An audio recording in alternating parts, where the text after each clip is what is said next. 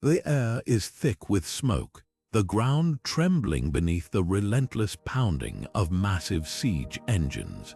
A once impenetrable fortress stands helpless as flames consume its walls, and the echoes of destruction ripple through the battlefield. This was the reality of ancient warfare, a time when survival often hinged on who wielded the most innovative and devastating technology. Siege weapons weren't just tools of war. They were revolutionary forces that toppled empires, reshaped borders, and forever altered the trajectory of human history. But what were these ingenious machines? How did they evolve into such pivotal instruments of power? In this video, we'll unravel the secrets behind history's most extraordinary siege weapons, exploring the brilliant minds that created them, the battles they won, and the world they forever changed. Let's dive into the story of these ancient mechanical marvels. Imagine the deafening roar of soldiers as they heave a colossal battering ram against the towering gates of a fortress.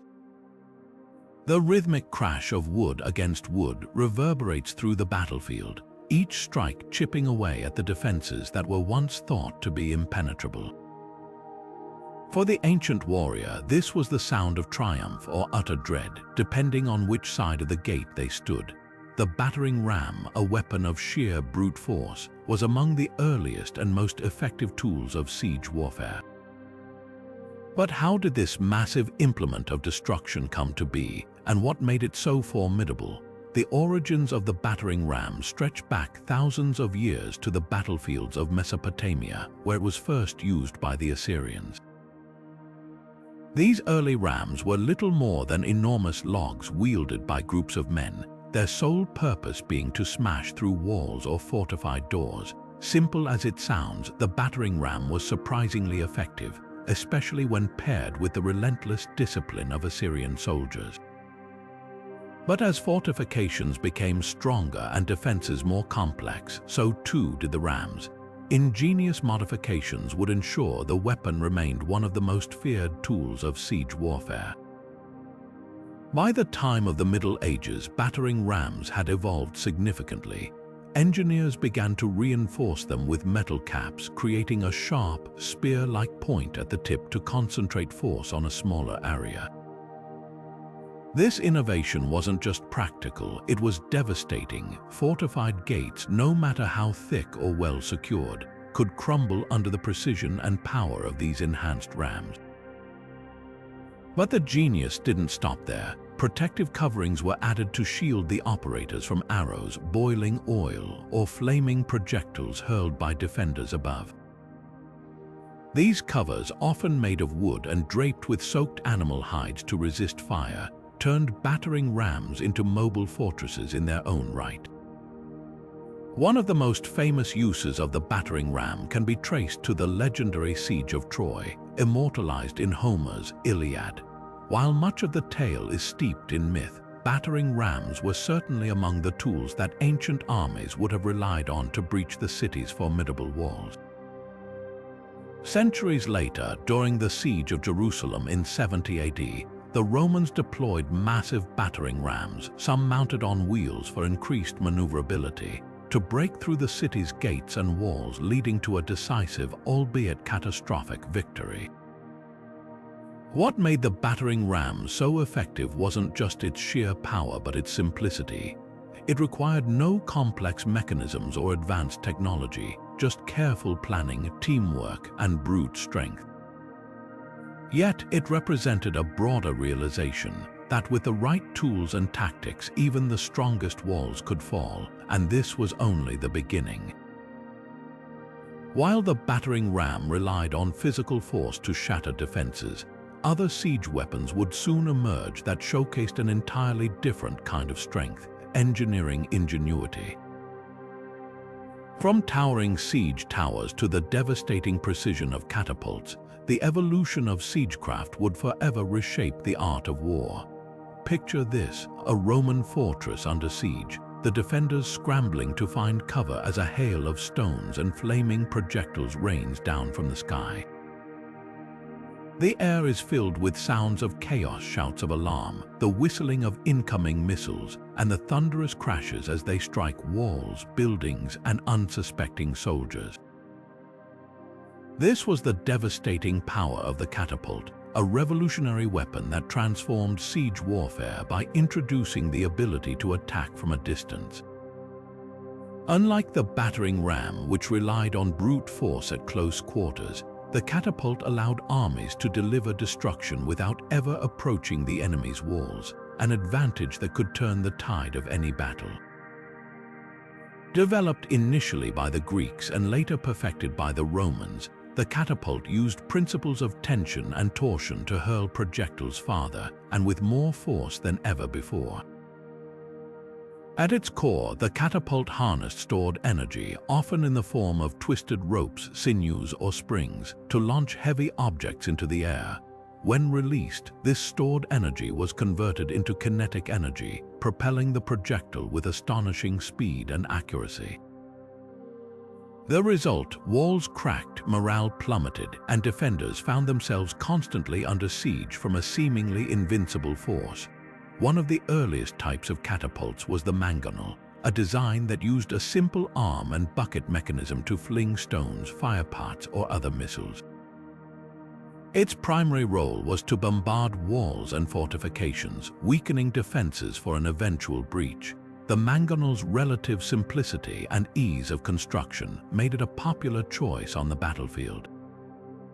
But as engineers continued to refine their craft, variations of the catapult emerged that were even more precise and devastating. Enter the onager, named after the wild donkey for its powerful kick. This torsion-powered catapult relied on a single arm attached to tightly twisted ropes. When released, the arm would snap forward with incredible force, launching projectiles in a high arc. The onager was designed for heavy payloads, capable of delivering boulders with enough force to shatter reinforced walls or scatter enemy troops. It was a psychological weapon as much as a physical one, with defenders powerless to stop its relentless bombardment. Imagine watching a massive stone hurtling through the air, knowing there was nowhere to hide. The terror this weapon inspired was almost as effective as the damage it caused. But catapults weren't just about destruction. They were also tools of psychological warfare. In some cases, armies loaded their catapults with more than just stones. Diseased carcasses, incendiary materials, or even the heads of fallen enemies were launched into cities to spread panic and chaos. This horrifying tactic not only weakened physical defenses, but also broke the spirits of those trapped inside the besieged walls, forcing surrenders without a single soldier needing to climb the battlements. The brilliance of the catapult lay in its ability to solve a fundamental problem of ancient warfare: how to bring down powerful fortifications without risking the lives of soldiers in close-range combat.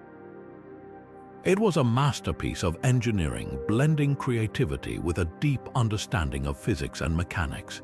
The Greeks and Romans set the standard for siege warfare with these innovations, and their designs would influence military technology for centuries to come.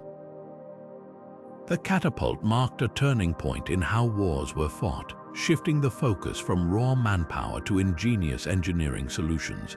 But these early siege weapons also underscored a critical element of any successful campaign: precision. Whether targeting a specific weak point in a wall or demoralizing an entire population, the ability to strike with accuracy was just as important as the sheer force of the blow. And as siege warfare continued to evolve, another weapon would emerge to refine this principle even further, ushering in an era where precision and power worked hand in hand to reshape the battlefield. The year is 1291, and the sun hangs low over the besieged city of Acre. From the safety of its towering walls, the defenders watch in horror as a monstrous machine lumbers into position outside their fortress. The ground trembles as engineers prepare their next devastating attack. Within moments, the arm of a trebuchet swings forward with immense force, launching a massive stone the size of a boulder high into the air. The projectile arcs gracefully before slamming into the city walls with a deafening crash, sending rubble flying and shaking the very foundation of the fortress. This was the power of the trebuchet, a medieval masterpiece of engineering that was as awe-inspiring as it was destructive. Unlike earlier siege engines, the trebuchet didn't rely on torsion or manual labor for its power. Instead, it used a counterweight mechanism that revolutionized siege warfare. At its heart was a long arm mounted on a sturdy frame, with a sling attached to one end and a massive counterweight to the other. When the counterweight was released, gravity pulled it downward, swinging the arm upward and launching the payload with unparalleled force and precision. This design not only allowed the trebuchet to hurl stones weighing hundreds of pounds, but also gave it extraordinary range, sometimes reaching distances of 300 yards or more. Compared to its predecessors, the trebuchet's power and accuracy were unmatched. The effectiveness of trebuchets was undeniable, and their impact on history is well documented. During the Siege of Acre, trebuchets played a decisive role in the eventual capture of the city. The attackers used these massive machines to pound the fortifications relentlessly, wearing down the defenses until breaches formed in the walls. In this battle and many others, trebuchets were more than just tools of destruction. They were psychological weapons. Their sheer size and the devastation they caused were enough to terrify defenders, undermining morale long before the final assault. But the trebuchet was not just about brute force, it was also a symbol of medieval ingenuity. The precise calculations required to build and operate one highlighted the era's growing understanding of physics and mechanics. The counterweight system, for example, required careful engineering to balance power and stability, ensuring the machine didn't collapse under its own weight. Operating a trebuchet demanded a skilled crew capable of loading, aiming, and firing in unison. It was a blend of science, teamwork, and sheer determination, a testament to humanity's ability to harness the laws of nature for both creation and destruction. Trebuchets were not used solely for hurling stones. Much like catapults, they were occasionally loaded with unconventional projectiles to spread fear and chaos. Stories abound of armies launching everything from burning tar to diseased animal corpses to break the resolve of their enemies. This versatility only added to their fearsome reputation, making trebuchets a cornerstone of medieval siege warfare. Yet for all their might, trebuchets also carried a deeper symbolism. They were a reflection of the medieval world itself, a time when science and superstition, innovation and violence coexisted. To see one in action was to witness both the heights of human ingenuity and the depths of destruction it could unleash.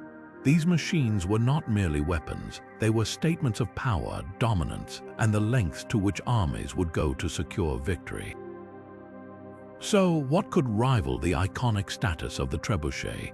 Were there other siege weapons that captured the imagination, instilled fear, and demonstrated the same level of innovation?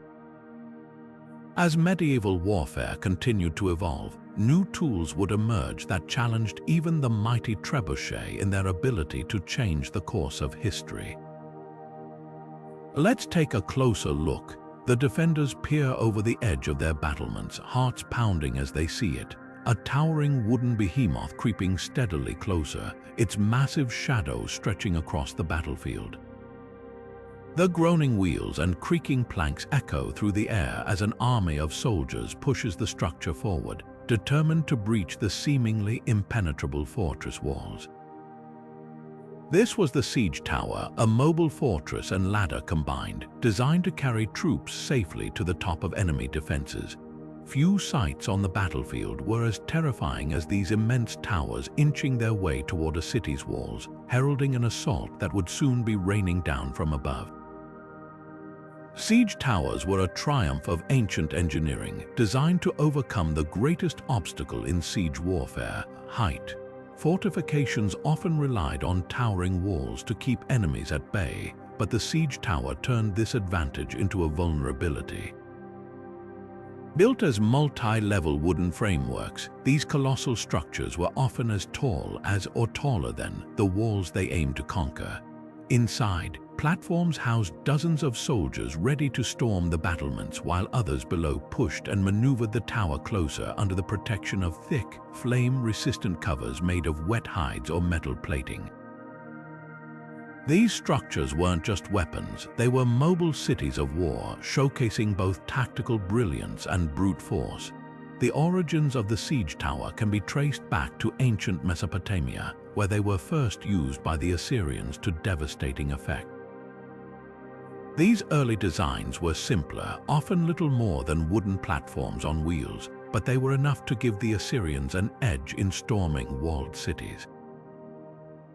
Over time, the concept evolved as new civilizations adapted and perfected the design. The Romans, for example, introduced more advanced siege towers equipped with battering rams at their bases, allowing them to simultaneously breach gates while their troops scaled the walls above. This combination of versatility and power made the siege tower a favorite in their military campaigns. One of the most famous uses of a siege tower can be found at the Siege of Masada in 73 CE, where the Romans constructed an enormous tower atop an artificial ramp to breach the Jewish defenders' fortress on a plateau. The psychological impact alone was profound. The sight of the Romans methodically building the ramp day after day and positioning their siege tower at the summit filled the defenders with despair. When the tower was finally moved into position, armed with a battering ram and bristling with soldiers, the end was all but inevitable. This illustrates the dual threat of the siege tower. Its physical presence could overwhelm defenses, while its looming advance could crush the morale of those inside the fortress. In the medieval period, siege towers became even more elaborate, incorporating features like drawbridges that would drop onto the enemy walls, creating a direct path for soldiers to swarm over. These towers required immense resources to construct, often using entire forests of timber and skilled engineers to assemble them on the battlefield. Their deployment demonstrated a combination of military might and strategic planning, sending a clear message to defenders: no wall was high enough to guarantee safety. However, siege towers were not without their vulnerabilities. Their massive size made them slow-moving and easy targets for flaming arrows or projectiles from defenders. In response, armies often reinforced them with fireproof materials and created diversionary tactics to distract defenders while the towers advanced. Despite these risks, the tactical advantage they offered, delivering troops directly to enemy positions while bypassing the need to breach walls, was too great to ignore. Siege towers were a bold statement of offensive ingenuity, pushing the limits of what was possible in siege warfare. For centuries, these towering giants symbolized the relentless creativity of military engineers. But as formidable as they were far from the only groundbreaking tools of conquest.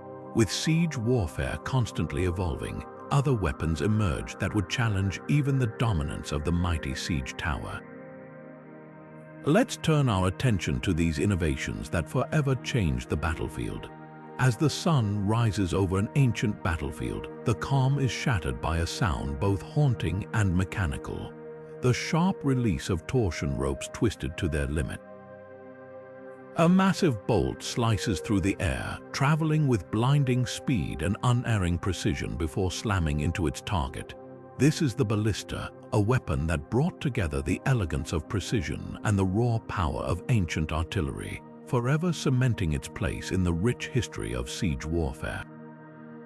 The Ballista, often described as a giant crossbow, was a remarkable invention born from the ingenuity of Greek engineers and later perfected by the Romans. Its design was deceptively simple yet incredibly effective. Two arms made of strong but flexible wood were powered by tightly twisted bundles of rope or sinew, creating enormous tension. When the torsion ropes were released, the arms propelled a projectile, either a long bolt or a heavy stone, at tremendous speeds with remarkable accuracy. What made the ballista stand out among other siege weapons was its dual capability. It didn't just hurl projectiles randomly, it could target specific points of weakness with deadly precision. The Greeks were the first to develop an early version of the ballista, building on their understanding of torsion-powered weaponry. However, it was the Romans who refined the technology, turning the ballista into a critical component of their military arsenal. For the Romans, the ballista served not only as an offensive siege weapon, but also as a vital tool for defense. On the battlefield, it was used to eliminate key targets, such as enemy officers or engineers working to undermine walls. From atop fortifications, it could rain down destruction on advancing enemy forces while keeping defenders safely out of reach. This versatility made the ballista invaluable in a wide range of combat scenarios. One of the most famous instances of the ballista's use comes from Julius Caesar's campaign during the Siege of Alesia in 52 BCE. Facing a formidable Gallic army led by Vercingetorix, Caesar employed ballistae to devastating effect. Positioned along his fortifications, these weapons allowed the Romans to repel wave after wave of Gallic assaults. Their precision and range gave Caesar's smaller, heavily outnumbered forces a crucial advantage, enabling them to hold their position against overwhelming odds. The Siege of Alesia not only demonstrated the tactical brilliance of Caesar, but also highlighted how innovative siege weapons like the ballista could turn the tide of battle. But the ballista wasn't just a weapon of war, it was also an engineering marvel. The meticulous calculations required to construct and operate one reflected a deep understanding of physics, tension, and material strength. Engineers had to account for the elasticity of the wood, the durability of the torsion ropes, and the aerodynamics of the projectiles to maximize the weapon's power and accuracy. Each ballista was a testament to the fusion of science and warfare, a reminder of how human ingenuity could be harnessed for destruction as well as for progress. The presence of the ballista on ancient battlefields was a sobering sight for foes. Its long-range capabilities meant that nowhere was truly safe. Walls could be struck, gates battered, and advancing troops decimated before they even reached their target. Unlike tools such as the battering ram or siege tower, the ballista didn't require close proximity to be effective, making it especially valuable in situations where the defenders had the high ground or a fortified position. The ballista's enduring legacy lies in its balance of power and precision, a combination that became a hallmark of siege warfare. It paved the way for later developments in military technology, inspiring the creation of similarly precise and efficient weapons. As we consider the broader history of siegecraft, it's clear that these weapons weren't just tools to conquer cities, they were the embodiment of ancient innovation, showcasing how engineering could be wielded to overcome even the most daunting obstacles.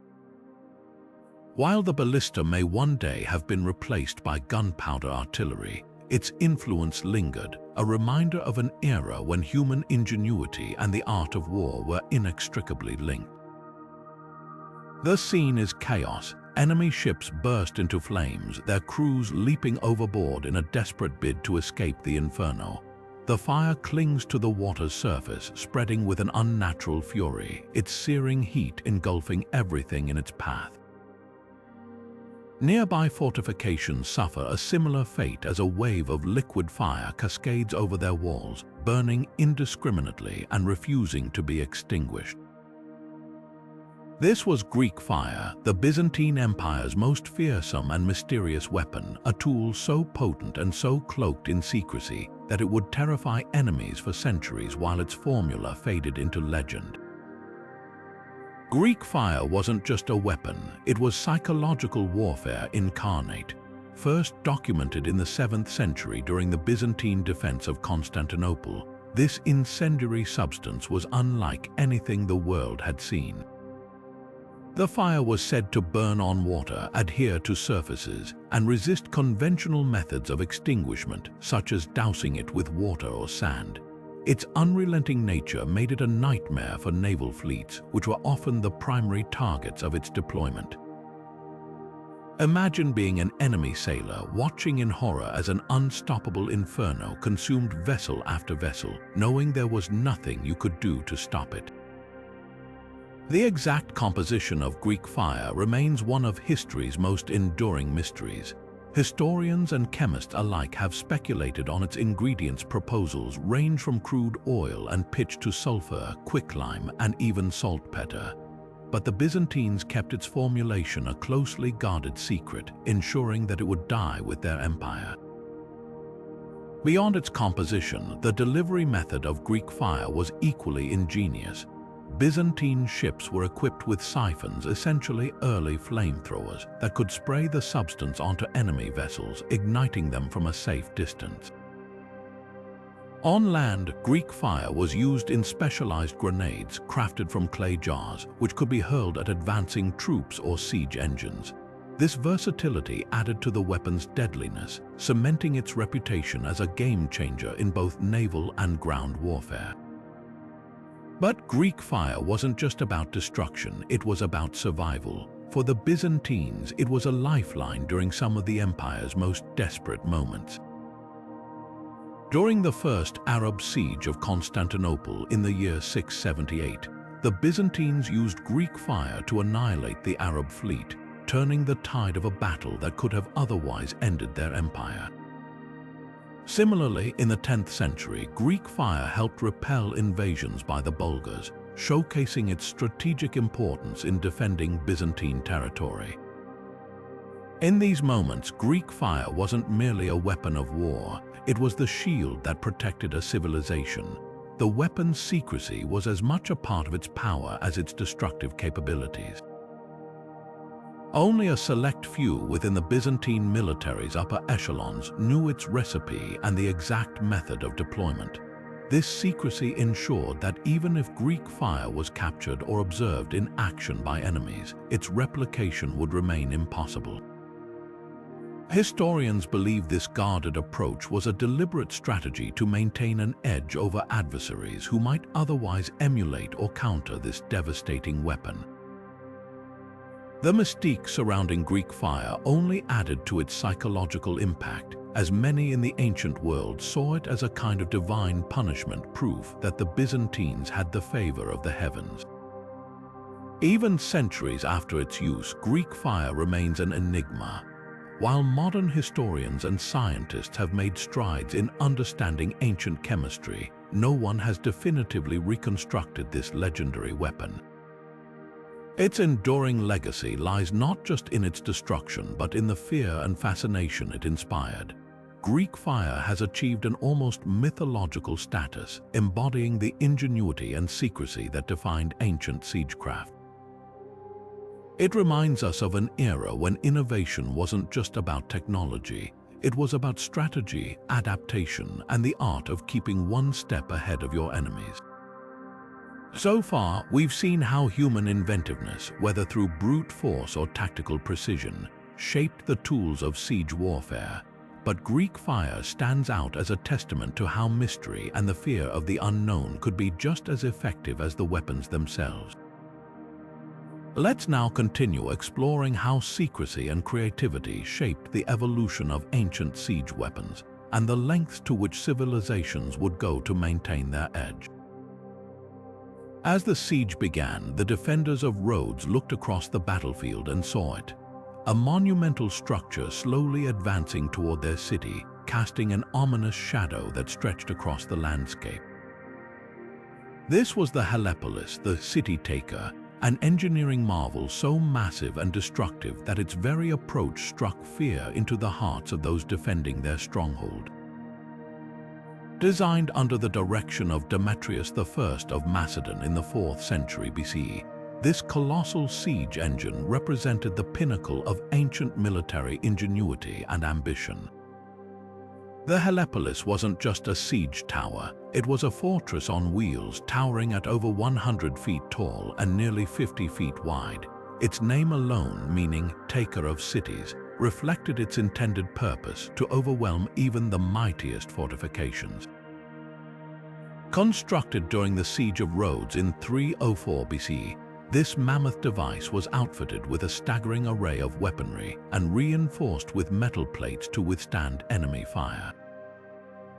Demetrius, known as the Besieger, was determined to breach the walls of Rhodes and cement his reputation as one of history's greatest military tacticians, and the Helepolis was the weapon he hoped would make that happen.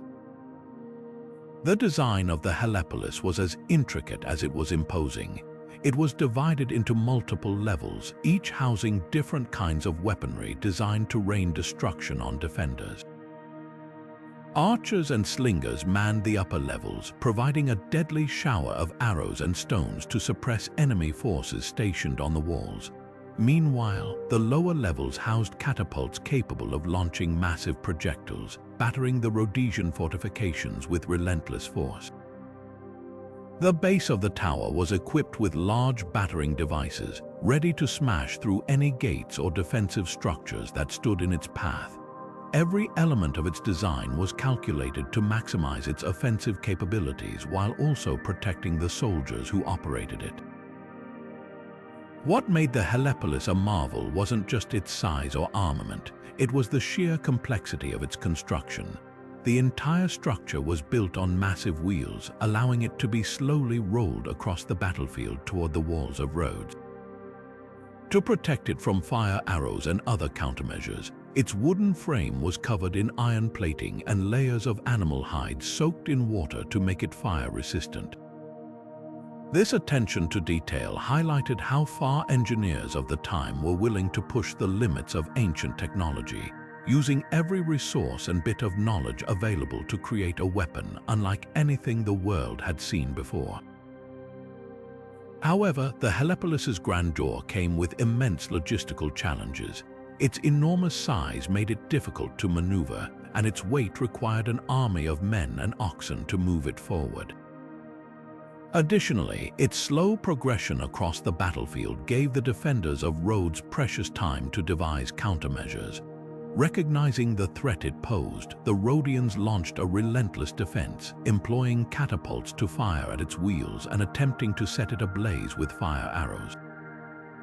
Despite its impressive fireproofing, the Helepolis was eventually forced into retreat, not because of a flaw in its design, but because Demetrius feared it could be captured and turned against his own forces. In the end, the siege collapsed and the Helepolis, with all its grandeur, was abandoned. While the Helepolis ultimately failed to achieve its intended goal, its construction marked a turning point in the history of siegecraft. It demonstrated how ancient inventors and engineers were willing to tackle seemingly insurmountable challenges, showcasing a level of ambition and innovation that would inspire countless military technologies in the centuries to come. The Helepolis was more than a weapon. It was a testament to human ingenuity and determination, a symbol of how far armies were willing to go to conquer, even in the face of overwhelming obstacles. Its story reminds us that history's greatest siege weapons weren't just tools of destruction, they were reflections of the civilizations that created them. And as we marvel at the technological feats of the past, weapons like the Helepolis continue to capture our imagination, standing as monuments to the relentless pursuit of innovation on the battlefield. But as history has shown time and time again, even the most ingenious devices are not without their limits, and the battles they fought were as much a test of strategy as they were of engineering. The ground trembles as the unmistakable sound of thundering footfalls grows louder. Dust rises on the horizon, and through the haze, an enemy unlike any other emerges. Towering creatures adorned with gleaming armor and draped in ornate war banners advance with an air of raw, unstoppable power. These are war elephants, majestic yet terrifying beasts trained for one singular purpose: to devastate anything in their path. As they charge toward the enemy fortifications, their trumpeting cries pierce the air, striking fear deep into the hearts of anyone standing against them. For centuries, war elephants were one of the most awe-inspiring weapons of ancient warfare, serving both as instruments of destruction and symbols of sheer dominance. War elephants were no ordinary tools of war. These colossal creatures, often standing over 10 feet tall and weighing several tons, served a dual purpose on the battlefield. On one hand, they were functional siege tools capable of breaking through enemy ranks, battering fortifications, and even carrying soldiers or portable towers filled with archers and javelin throwers into the heat of battle. On the other hand, they were psychological weapons of unparalleled effectiveness. Imagine standing atop a city wall and seeing a wave of these massive animals surging toward you, their tusks reinforced with sharp metal tips, their bodies covered in armor, and their riders hurling projectiles from above. The sight alone was enough to shatter morale and sow chaos before the fighting even began. These mighty creatures featured prominently in some of history's most famous military campaigns. Hannibal, the brilliant Carthaginian general, is perhaps one of the most well-known commanders to employ war elephants. During his legendary crossing of the Alps to invade Rome in the 2nd century BCE, Hannibal brought several war elephants with him, a feat that not only showcased his tactical ingenuity, but also his ability to use intimidation as a weapon. At the Battle of Trebia, for example, Hannibal's elephants played a crucial role in breaking the Roman lines, their sheer size and power overwhelming the enemy forces. Though the harsh conditions of the Alps claimed many of these animals, those that survived proved invaluable in the battles that followed. Equally impressive was the use of war elephants by the Maurya Empire in ancient India. Under rulers like Chandragupta and Ashoka, the Mauryan army relied heavily on these animals, integrating them as key components of their military strategy. The elephants were meticulously trained for war, conditioned to charge through gates, trample enemy troops, and withstand the chaos of battle. They were often equipped with armor to protect their vulnerable flanks and carried massive howdahs, wooden or metal platforms on their backs where soldiers could fire arrows or throw spears. The Mauryan military's expertise with war elephants helped establish the empire as one of the dominant powers of its time, capable of both defending its territories and intimidating its rivals. The training and conditioning of war elephants were remarkable feats in themselves. These animals were selected for their size, strength, and temperament, and were subjected to rigorous training to prepare them for the chaos of battle. They were taught to charge in straight lines, trample over obstacles, and respond to specific commands from their mahouts or handlers. In addition to their natural strength, their tusks were sometimes fitted with blades or reinforced with metal sheaths, turning them into deadly weapons capable of piercing armor or wooden gates. Their physical presence, combined with their battle-enhancing modifications, made them an unmatched force on the battlefield. But war elephants were more than just weapons. They were symbols of power and prestige, representing the wealth and might of the armies that deployed them. Their presence on the battlefield was as much about making a statement as it was about securing victory. However, they were not without their flaws. Elephants were expensive to maintain and transport, and if panicked, they could become a liability, trampling their own troops in a chaotic retreat. Over time, as armies developed strategies to counter them, such as the use of fire, pits, or specialized formations, their dominance began to wane. Still, the legacy of war elephants remains deeply etched in history. They exemplified the ingenuity of ancient military commanders, who saw these majestic creatures not just as animals, but as tools of conquest and intimidation. As we shift focus to more conventional siege tools, it's worth remembering how the introduction of raw, wild power on the battlefield shaped military tactics and strategy throughout the ancient world. War elephants remind us of the creative extremes humanity has gone to in the pursuit of victory, and the enduring blend of awe and fear that such innovations inspire.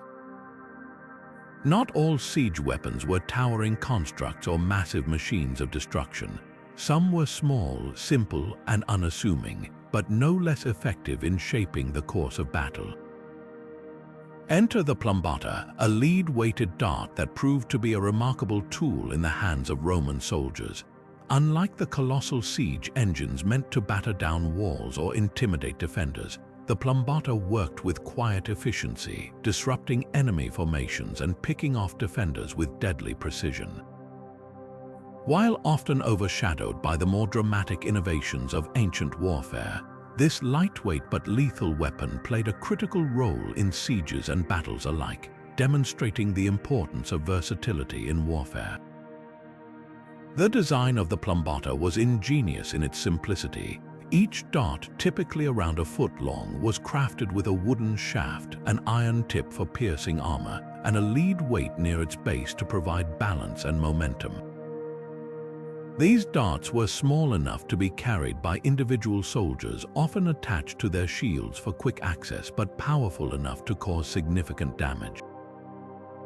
When thrown in coordination by a unit of Roman infantry, Plumbati rained down on enemy lines with devastating accuracy, making them a highly effective weapon against both advancing troops and defenders stationed on walls or towers.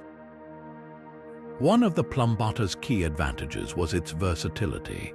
In traditional battlefield engagements, Roman soldiers used these darts to disrupt enemy formations before closing in for melee combat.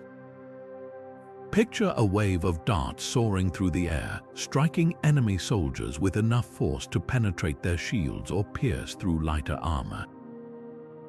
This initial volley often caused panic and confusion, giving the Romans the upper hand right from the start.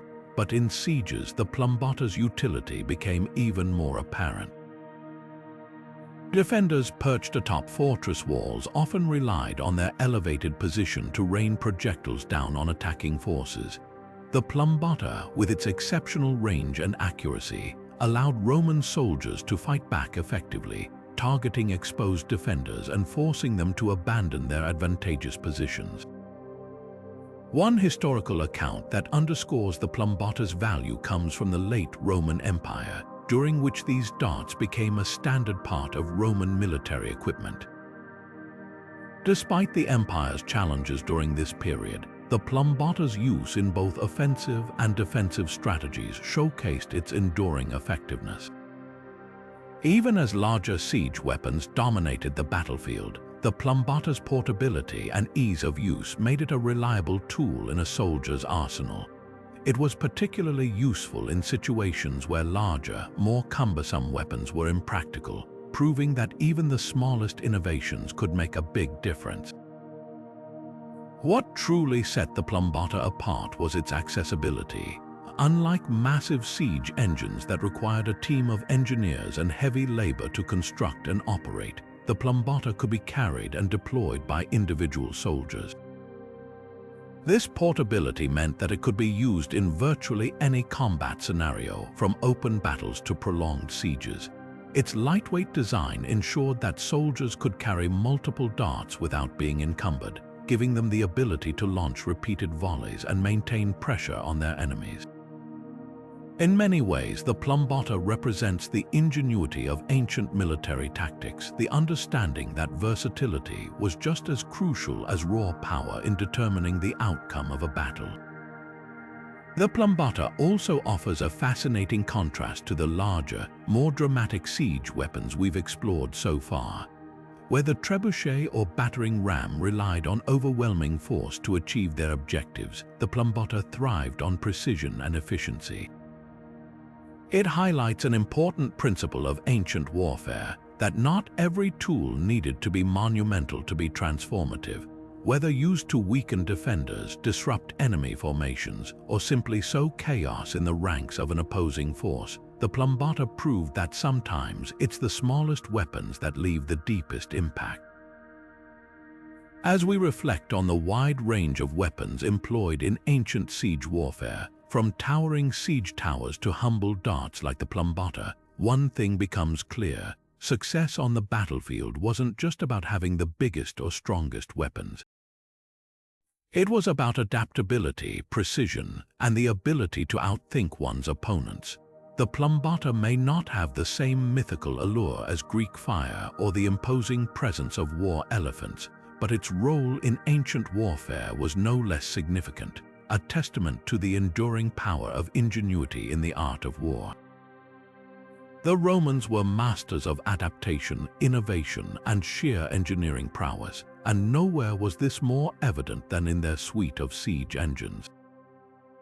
From Scorpios and Ballistae to massive siege bridges and towers, Roman ingenuity in siegecraft became a defining feature of their military dominance.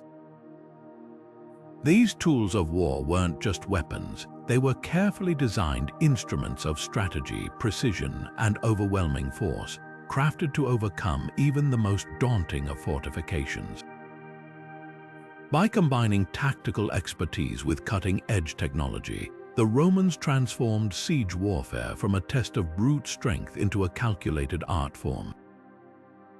One of the most iconic Roman siege engines was the Scorpio Asterisk, a smaller, highly accurate torsion-powered weapon designed to fire bolts with deadly precision. Unlike the massive Ballista, the Scorpio was comparatively portable, allowing soldiers to deploy it quickly on the battlefield or during a siege. Its sharp, rapid projectiles were ideal for taking out enemy defenders on walls or harassing formations at a distance. The Romans often used Scorpios to neutralize key threats such as archers or engineers, effectively softening defenses long before their larger siege engines rolled into place. But tactical precision was only part of the equation. For larger-scale destruction, tools like the Ballista and onager dominated the Roman arsenal. These siege engines were designed for bombarding walls, gates, and defensive structures with relentless force. The Ballista, as previously discussed, launched bolts and stones with precision, while the onager delivered heavy payloads capable of causing catastrophic damage. These weapons weren't simply tools of brute force, they were calculated instruments of pressure, wearing down opposing defenses both physically and psychologically. The sustained bombardment of a Roman siege was a spectacle of relentless discipline, designed to break the spirit of defenders as much as their walls. Roman brilliance didn't stop there. A hallmark of their siegecraft was their ability to tailor solutions to specific challenges. Consider the siege of Masada in 73 CE, a defining moment in Roman military history. Faced with a nearly impregnable fortress perched atop a rocky plateau in the Judean desert, the Romans constructed an enormous earthen ramp leading up to the fortress walls. This ramp, which still stands today as a testament to Roman engineering, allowed them to bring a massive siege tower armed with a battering ram within striking distance of Masada's walls.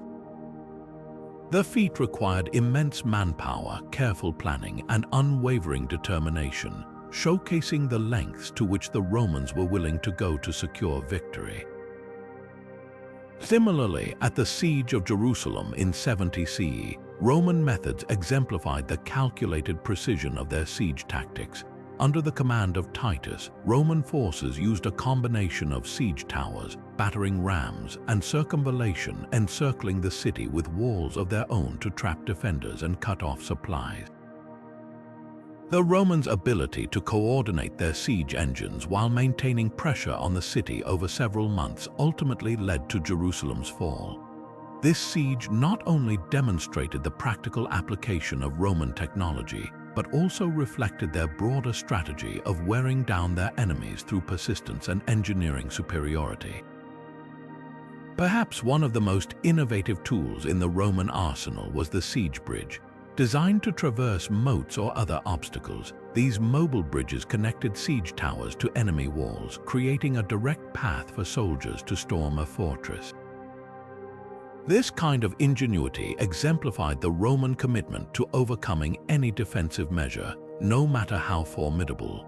Their methods showed a remarkable balance between standardized equipment and customized solutions, ensuring that no two sieges were approached in exactly the same way. The legacy of Roman siege engines extends far beyond their immediate military victories. Their methods and designs laid the foundation for centuries of siege warfare, influencing medieval engineers and even the development of early modern artillery. The combination of discipline, adaptability, and sheer technical skill demonstrated by the Romans set a standard that would be emulated by countless armies throughout history. More than that, their focus on engineering as a tool of conquest shaped the cultural perception of warfare itself, placing ingenuity and innovation at the forefront of military strategy. Roman siege engines weren't just tools of destruction, they were symbols of the empire's power, precision, and unrelenting will. They embodied a way of thinking that saw every obstacle as a challenge to be overcome, every problem as an opportunity for invention. As we step back to consider the broader cultural and strategic impacts of siege weapons, it becomes clear that these machines weren't just instruments of war. They were monuments to human ingenuity, resilience, and the relentless pursuit of triumph. Behind every towering siege tower, every devastating catapult, and every ingenious weapon of war stood a group of individuals whose contributions often went unnoticed but were instrumental in shaping the outcome of battles. These were the engineers, masters of physics, mathematics, and materials science whose creativity turned theoretical concepts into devastating realities.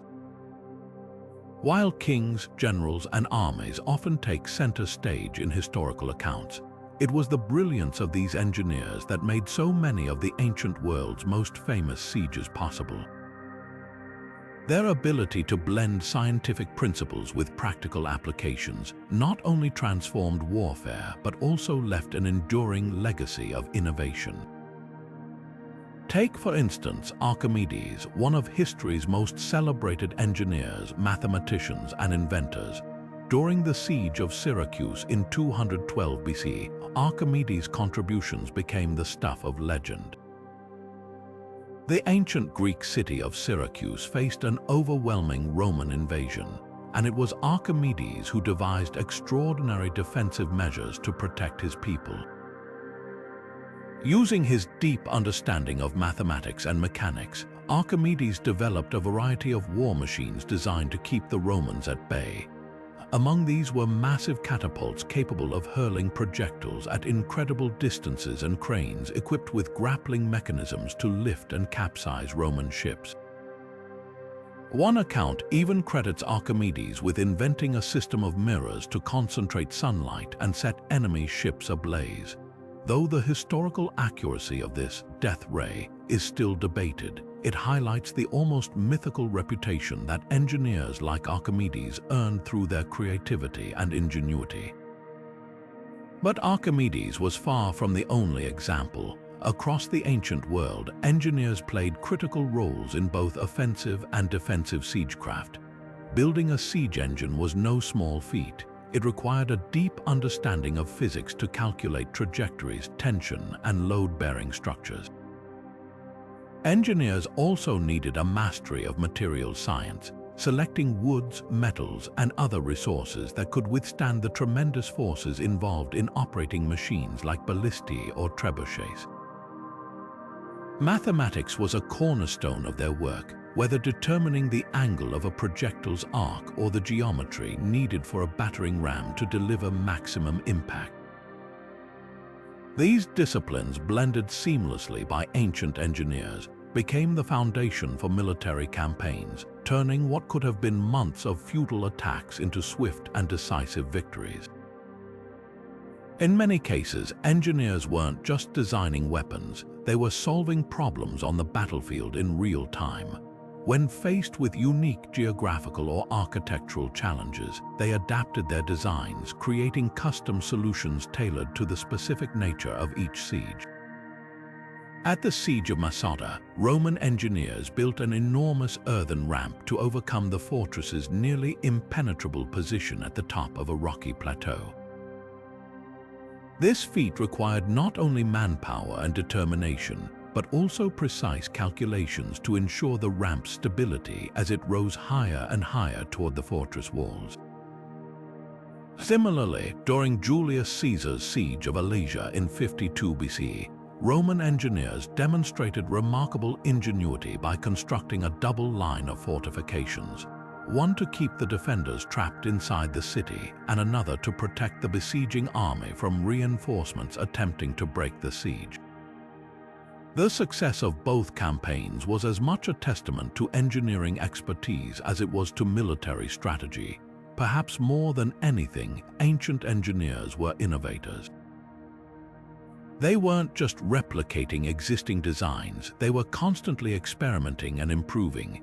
They developed new mechanisms, refined old ones, and pushed the boundaries of what was thought possible. Each new challenge, whether it was stronger city walls, deeper moats, or more effective defensive countermeasures, was met with a surge of creativity as engineers sought solutions that could give their side the upper hand.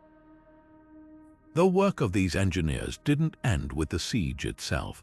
Their innovations often had lasting impacts, influencing not only military technologies but also civilian infrastructure.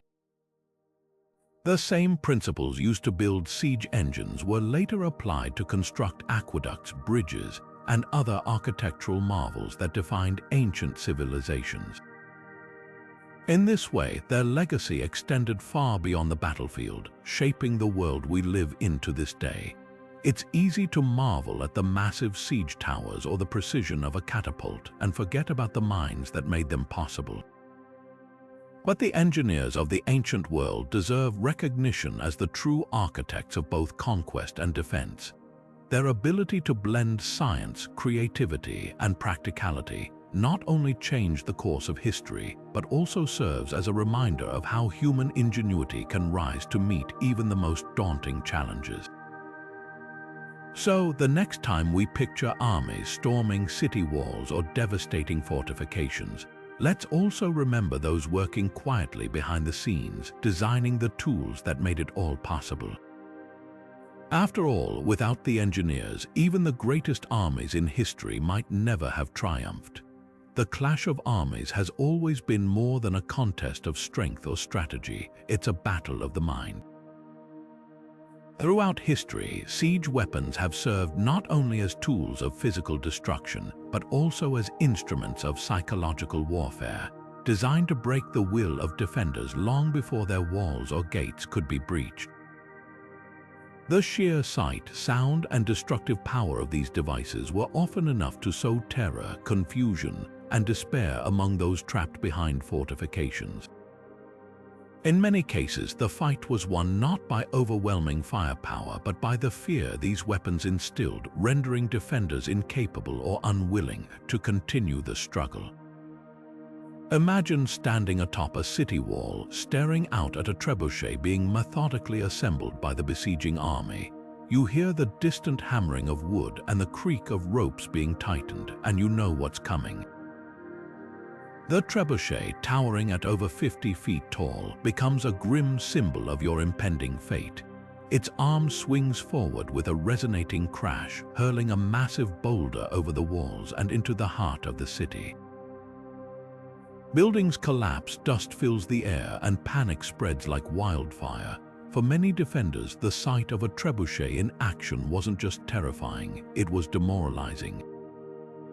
In some instances, the psychological toll was so great that cities surrendered without a single projectile being launched, knowing that resistance would lead to inevitable ruin. The trebuchet, however, was only one piece of this psychological puzzle.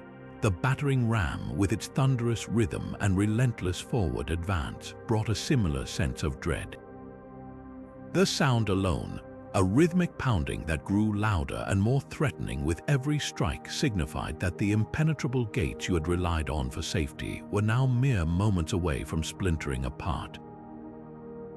And it wasn't just the weapon itself, it was the image of the disciplined soldiers operating it, their movements precise, their resolve unshaken.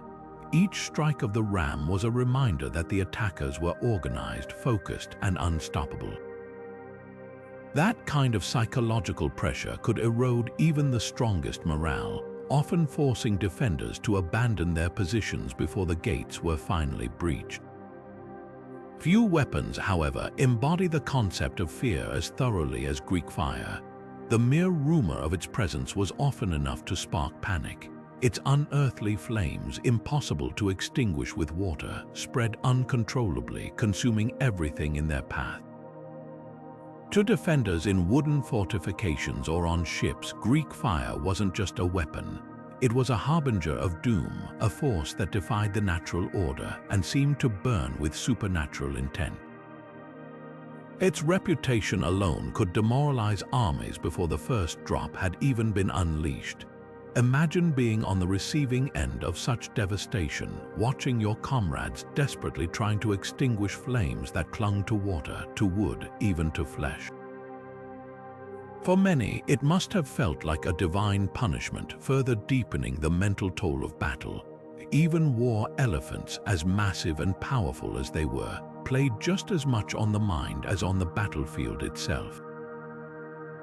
Their sheer size, combined with their terrifying trumpeting and the chaos they brought, could cause formations to scatter before a single blow was struck.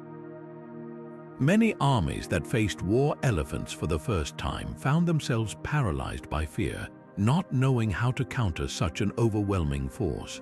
The sight of these armored behemoths advancing, tusks tipped with sharpened metal and howdahs packed with archers, was often enough to induce panic among soldiers unprepared for their presence. In a discipline like ancient warfare, where maintaining formation and morale were key, that kind of disruption could be fatal. The psychological value of siege weapons wasn't just about terror, it was about control. A besieging commander could weaponize fear to manipulate the actions of a defending force, pressuring them into surrender without ever needing to risk a costly and prolonged assault. Often, defenders would attempt to negotiate peace simply to avoid the destruction promised by these fearsome machines. In this way, siege weapons often delivered victory before battle lines were even drawn. This raises a fascinating question. How much of warfare is truly won on the battlefield, and how much is won within the mind? Is the purpose of a weapon merely to destroy, or is it to sap the resolve of those who face it? History suggests it's both. The greatest siege weapons were not just demonstrations of engineering brilliance, they were symbols of dominance, designed to erode the spirit of those who bore witness to their power. In the end, the battle wasn't just about walls or gates falling. It was about defenders losing their will to fight, proving that the mind was often the most critical battlefield of all. As siege weapons grew in power and sophistication, they didn't just reshape battlefields, they changed the very face of civilization itself. Cities, the beating hearts of ancient societies, became the primary targets for these weapons, and their survival demanded an evolution of design and strategy. The constant interplay between offensive siege technologies and defensive fortifications sparked a centuries-long arms race that left a lasting impact on urban development, architecture, and even the layout of entire civilizations. From towering walls to elaborate defensive systems, the story of siege weapons is as much a story of human resilience and ingenuity as it is of destruction. The rise of siege weapons like battering rams, catapults, trebuchets, and later cannon forced city planners and architects to rethink how settlements were constructed and defended.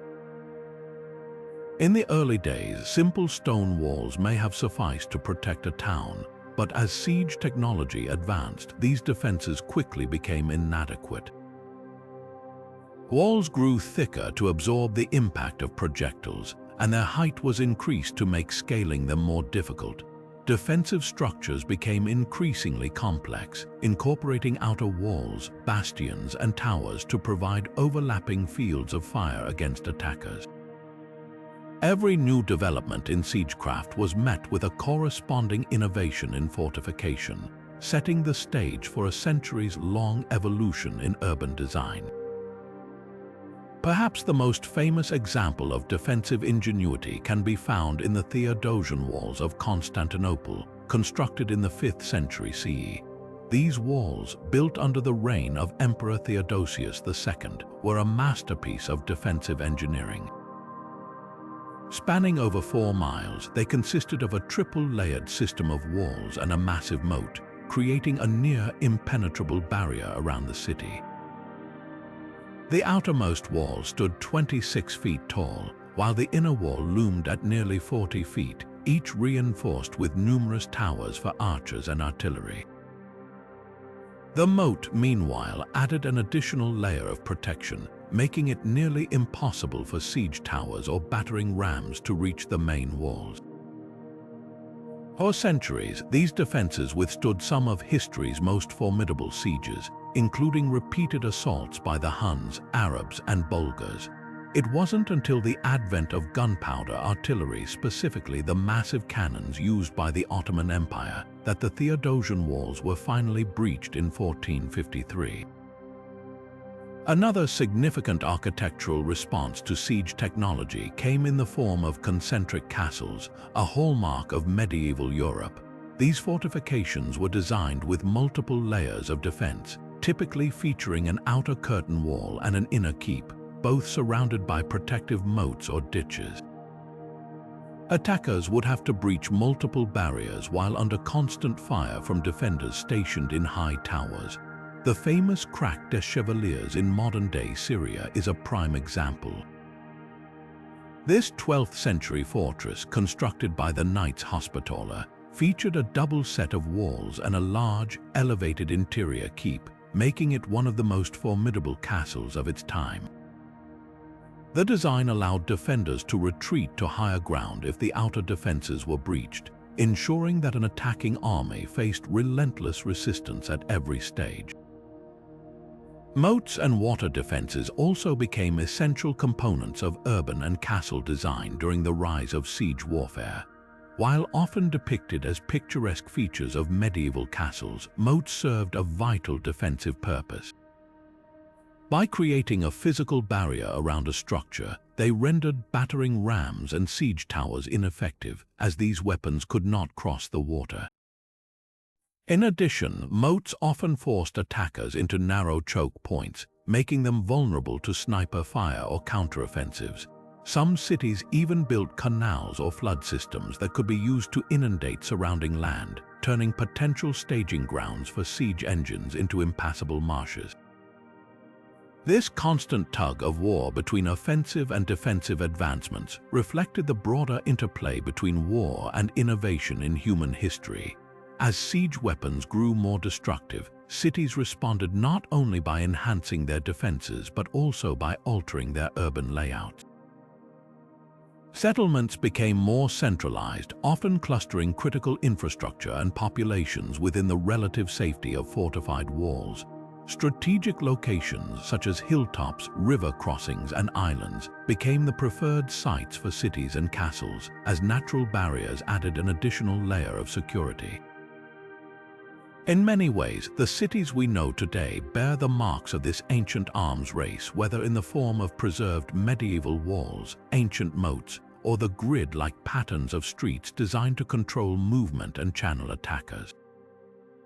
The relationship between siege weapons and city development reveals a fascinating truth about human history, that even in the face of escalating destruction, societies adapted, innovated, and found ways to endure.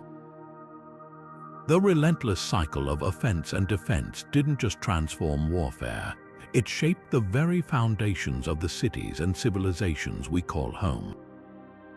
It's a testament to the resilience of humanity, proving that for every weapon created to tear us apart, there is a countermeasure designed to hold us together. The golden age of ancient siege weapons eventually came to an end, eclipsed by the dawn of a new era in military technology. For centuries, tools like the battering ram, trebuchet, and ballista had dominated the battlefield, their designs perfected through the ingenuity of countless engineers and strategists. These machines represented the pinnacle of ancient innovation, But as the world entered the late medieval period, a powerful new breakthrough changed everything: the advent of gunpowder.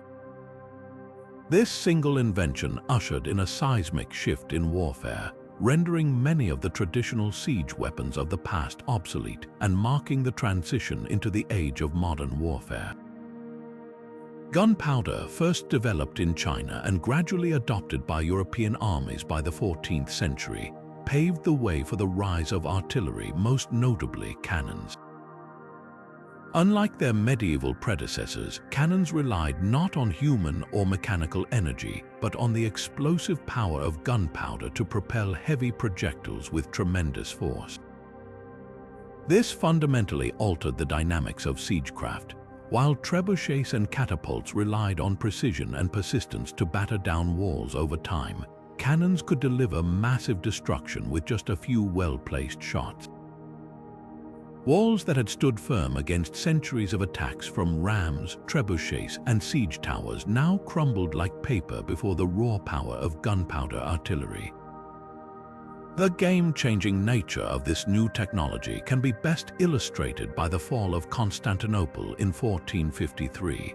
For over a millennium, the Byzantine capital had been a nearly impregnable stronghold protected by its formidable Theodosian walls. These triple-layered defenses had withstood countless sieges, from Attila the Hun to the Arab caliphates, but they were no match for the Ottoman Empire's revolutionary use of gunpowder. Under the command of Sultan Mehmed II, also known as Mehmed the Conqueror, the Ottomans brought with them a massive cannon known as the Basilica. Designed by a Hungarian engineer named Orban, this gargantuan weapon could fire stone projectiles weighing over 1,000 pounds, tearing gaping holes in the once invincible walls. After weeks of relentless bombardment, the walls were breached, and Constantinople fell, a moment that not only marked the end of the Byzantine Empire, but also signaled the dawning of a new era in military history. The introduction of cannons didn't just spell the end for city walls, it also rendered many ancient siege weapons obsolete. Siege towers, once invaluable for breaching high defenses, became impractical against the new reality of fortified artillery positions.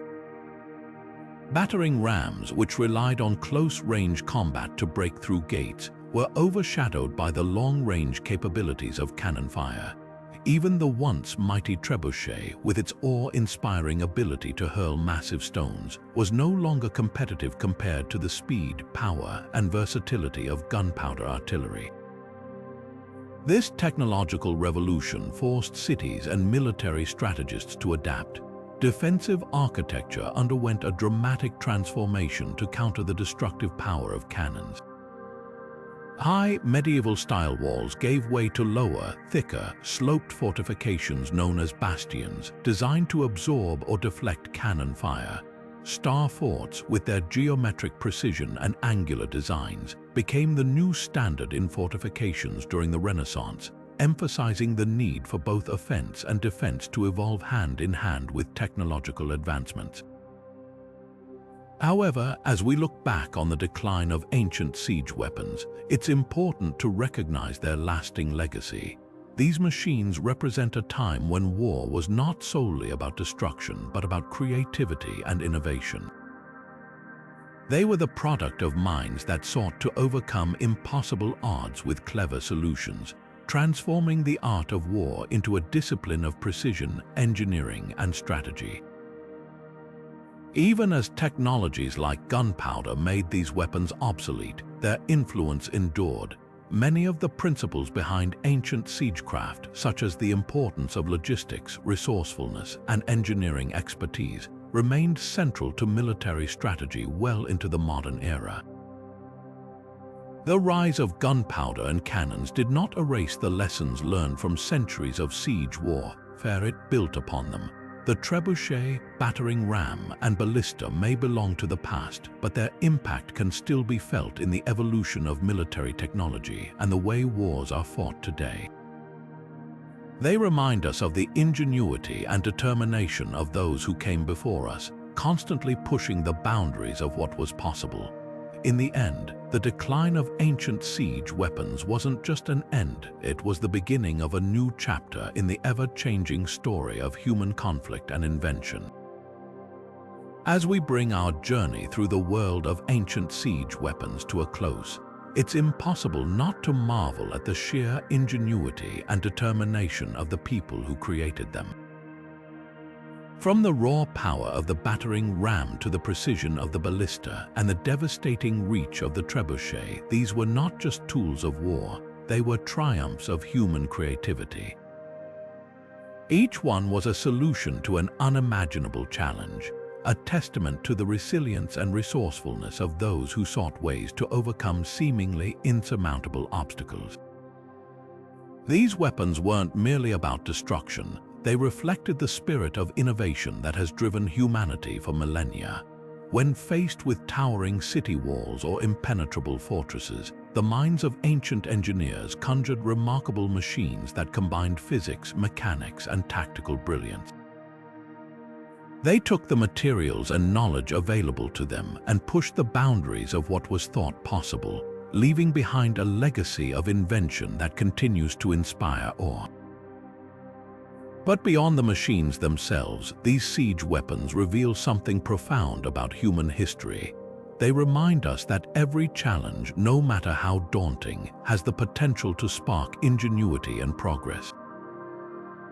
For ancient civilizations, siege weapons were as much about survival and dominance as they were about showcasing the ability to adapt and innovate in the face of adversity. They highlight a timeless truth that human beings, when confronted with great obstacles, often rise to meet them with unparalleled imagination. So, what can we take away from these ancient innovations in our modern world? Though we no longer rely on battering rams or catapults, the essence of their creation, a blend of curiosity, problem-solving, and resilience, remains as relevant as ever. As we face the challenges of our own age, from technological advancements to societal hurdles, there's much we can learn from the inventors and engineers of the past. They teach us that progress is born from creativity, and that even the toughest problems can be overcome with determination and a willingness to think beyond the ordinary. As we close, we'd like to hear from you. Which siege weapon fascinated you the most? Was it the towering trebuchet, the mythical Greek fire, or perhaps the war elephants that brought raw power to the battlefield? Share your thoughts in the comments below. We'd love to know what captured your imagination. And if you enjoyed exploring the mysteries of ancient warfare with us, don't forget to hit that subscribe button and join us for more deep dives into history's most captivating moments. After all, the stories of the past aren't just about what happened, they're about what we can learn and carry forward into the future. Thanks for watching, and we'll see you in the next video.